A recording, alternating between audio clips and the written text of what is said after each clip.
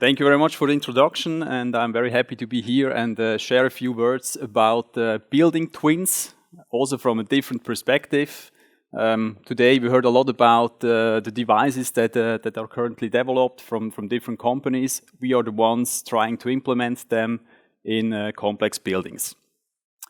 This slide is for your reference. I will skip it. You can check that later on. To start, a few words to our company. Our company is actually called Jobst Willers Engineering because Jobst was the founder of the company already more than 30 years ago. We are, let's say, basically a traditional engineering company, an international engineering company focusing on HVAC and building automation engineering for complex buildings. Complex buildings means, for example, hospitals, data centers, but also high-tech buildings, office environments, where we have the potential for a lot of IoT use cases. What you see as well on the slide is that we focus as well on pharma things like lab environments, clean rooms, and also the qualifying process, which has absolutely nothing to do with IoT at the moment. But also here for reference, important is our digital building department, which was mentioned during the introduction. I think we are one of the few companies in Switzerland really focusing as an engineering company as well on digital buildings, on IoT cloud solutions that we can apply in our buildings which we plan. Now let's talk about digital building twins. So I will share a few words about where we stand today, what we have to do, and what is our goal for the near future. Building twin, that's a definition. I think all of you know what I'm talking about. Building twin is basically our enabler, let's say, to connect the physical world with our digital virtual world. So this is very important. With our building twin, we try to duplicate our physical world into a digital representation. What do we need for that? And this is now an important step. So I think most of you maybe didn't hear about BIM, Building Information Modeling. This is our 3D model of the building. Not yet very well known in the construction phase, but we are trying to keep track on that we really get these BIM models as easy as possible ready for our facility management phase, for the operation phase of the building. So we need all these different models. So this will be the starting point for a digital twin. Then we need the real-time data. This is where IoT comes in. So we heard a lot today about different possibilities which we have. What I would like to mention here is, for example, the real-time location services. We heard that a lot, especially in healthcare. Very important, very, very helpful for efficiency increase and also other applications. And of course, we need the building management system data, which is already there. We just have to collect it and to use it. And then for the building twin itself, we also can use other data to combine or to fulfill the whole picture, like processes which we need to understand, how a building is operating, how the people in the buildings are working. We have documents that we have to use, also maybe for augmented reality applications that we can integrate into the solutions. And then we have the facility management, which is a very, very important field of application. So how do we provide facility management the proper information that they can act most efficiently. So these are all requirements that we need.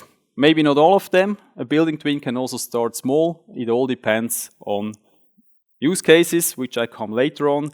And the message on top here is really communication is key. So we need to get these systems talking to each other. We need ICT for that. So we heard it already before. Security is an issue, for example. But in general, how do we enable all these systems to communicate together? That's really a challenge which we have to solve also from our field of let's say, HVAC and building management system engineering. We tackle this part as well, that we are able to really exchange data between all the different systems and users at the end. Now, key success factor for the solution for our buildings are the use cases. We heard a lot of very nice solutions today. They are all, let's say, in their field really helpful, but sometimes it's still a silo. So we have a field device which communicates to its own cloud. We have another sensor that communicates to another cloud. the challenge here is really how do we integrate these solutions into one common digital twin. And here we start always with our use cases. I don't even want to go into details of the use cases you see here. This is just a selection. There are many more use cases around. But key is really a holistic definition of these use cases. So what are the pains of our customers? What do they really need to do in their daily life, in their daily work? And this is the point we have to start. So we first go into the use case, we define what they need, and then we look for the proper solution, IoT solution, cloud solution that we can use to fulfill the requirements. And then we need a scalable solution at the end that we can integrate other use cases, like you saw it before from Roche. I think they made it quite well. They made it by their own. I think not every company has the capability to do it like this. So then this is where we come into the game. This is really how you have to start. So you need to define your small steps and go further. And this is also how we do it at Willers. This just, let's say also for your reference, we start with understanding the needs of our customers, what they really need to do. Then we go into vision and strategy, and I think this is a very important step that most of us maybe do not have in mind. To really go into a digital twin of a building, you need a vision, you need to have a strategy, you need to have the commitment of your leadership team. And you shouldn't start doing this out of your different departments with very small, let's say, dedicated solutions. So you need to have a common strategy how to tackle it. And then we are going into the development of the use cases. And here I just want to mention the point on the right-hand side, co-creation with technology partners. This is then where also the audience comes into the game. It's always helpful to decide at a certain point with which partners, with which technologies you want to go forward and then work together. Because it's really specific how you then go forward. And what you see on the slide is then the agile approach in general, which contradicts with the traditional construction phases. This is where we have problems all the time. Construction is really structured like the SEA phases, which some of you might know. And this is something which we have to do faster, agiler, and in a different manner.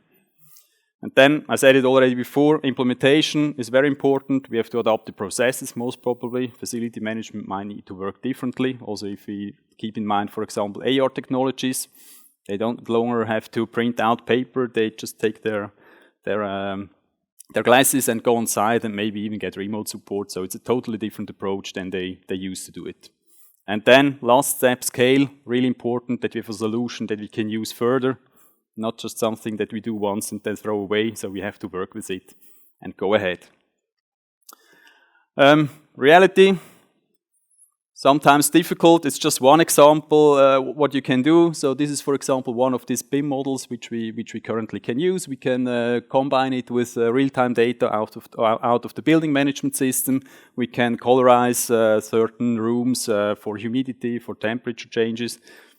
Basically, the message is, you can better visualize it than today. Currently, you just have a technical drawing. You have to interpret the values by yourself, and with these technologies, it's much more easier to understand what your building is doing. Then, one of my last slides, also here, I think we heard a lot of these technologies already during the other presentations.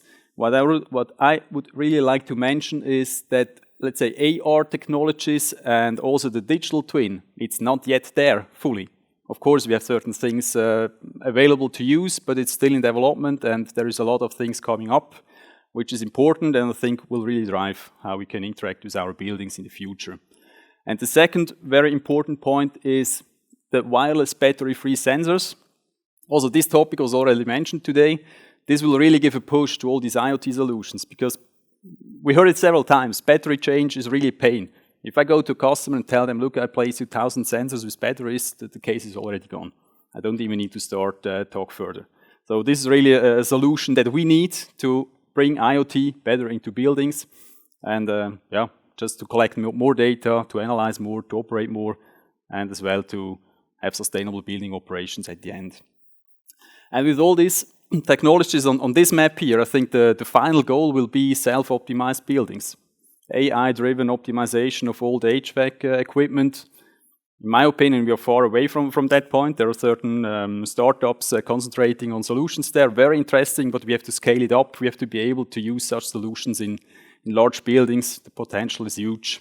And with this, I would like to close. The potential is really huge for building twins, so we have to unfold it together. We need to work together, all of us. Thank you very much. Thank you. So time eventually for a very quick question from the audience. No one? Okay. Thank you very much. Thank you.